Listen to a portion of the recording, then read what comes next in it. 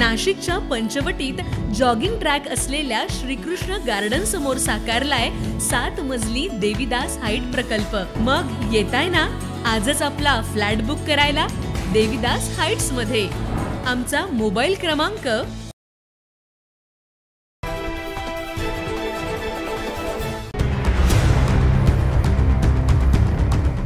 गेल्या काही दिवसांपासून सापुतारा नवागावला जोडल्या जाणाऱ्या धानोली रस्त्याची दयनीय अवस्था झाली आहे। त्यातच सततच्या पावसामुळे रस्त्यात खड्डे देखील पडल्याने वाहन चालकांना मोठा मनस्ताप सहन करावा लागत असल्याचं पाहायला मिळतंय।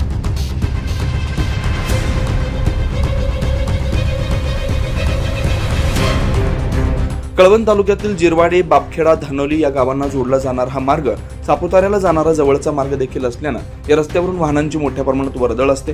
तसेच या मार्गावरून गुजरातमधून सप्तशृंगी देवीच्या दर्शनासाठी हजारो भाविक येत असतात। तसेच धानोली गावातील नागरिकांच्या दळणवळणाचा रस्ता असल्यानं याची तात्काळ दुरुस्ती करण्यात यावी अशी मागणी स्थानिक नागरिकांनी केली।